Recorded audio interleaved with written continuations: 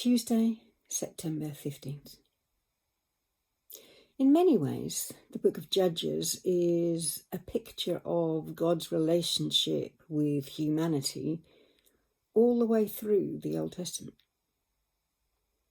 Mankind decides they want independence, they want to go their own way.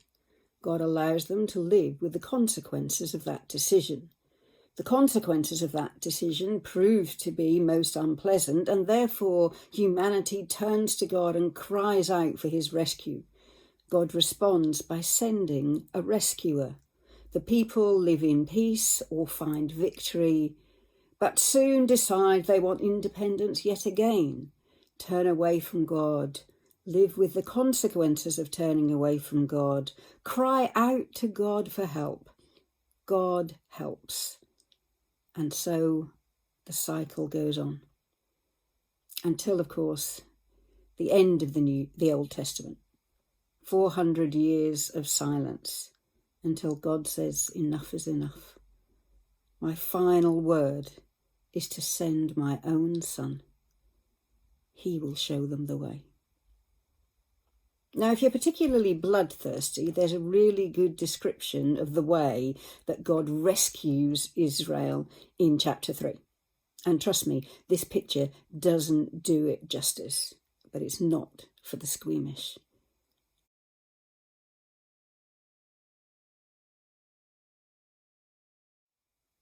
Today's thought is very short and very simple.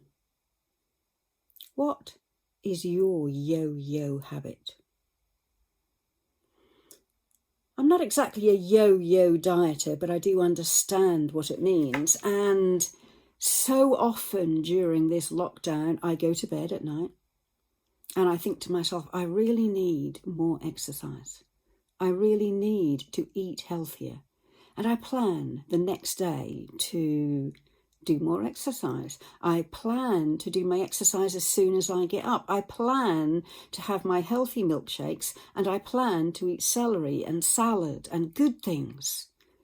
But by the time I wake up in the morning, I don't quite feel like doing my exercise first thing. And after all, God knows I'm not a morning person, so I'll do my exercises later. And, well, if I am going to do some exercise later, then just eating celery and radishes really wouldn't be good for me. So maybe I will have some toast, and maybe I'll go out and get something really, really healthy for tomorrow, and I'll just finish off what's in the fridge because it's not good to waste food for today.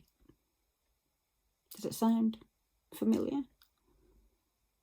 But of course, there are habits, temptations that are even more destructive than eating too much.